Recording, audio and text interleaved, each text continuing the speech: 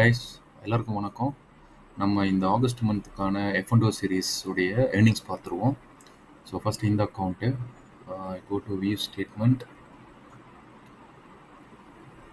reports, P&L, future and options, realized P&L, choose 1st August.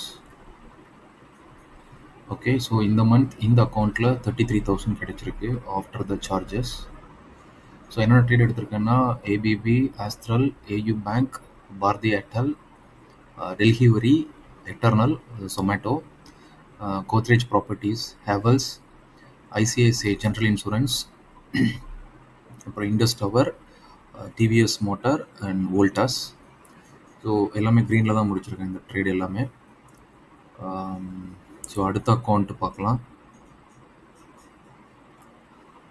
So இந்த second அக்கௌண்ட்டில் view statement,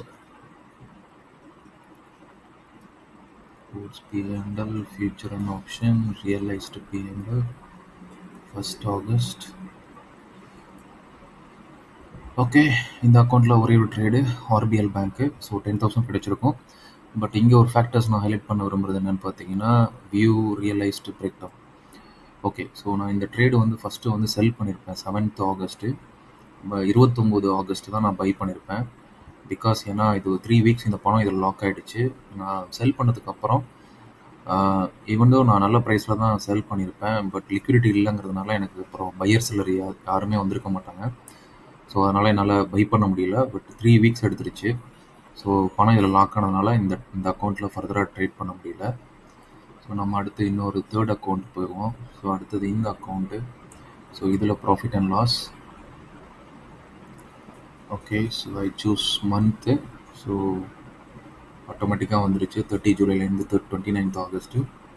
so இதில் script wise நான் choose பண்ணேன்னா okay, Kotak bank, Muthoot finance, Tata power, ICICI general insurance, Amber.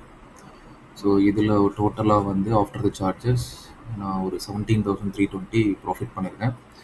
So all put together இந்த 3 அக்கௌண்ட்லேயும் இங்கே ஒரு 17, அங்கே ஒரு 10, அங்கே ஒரு 33.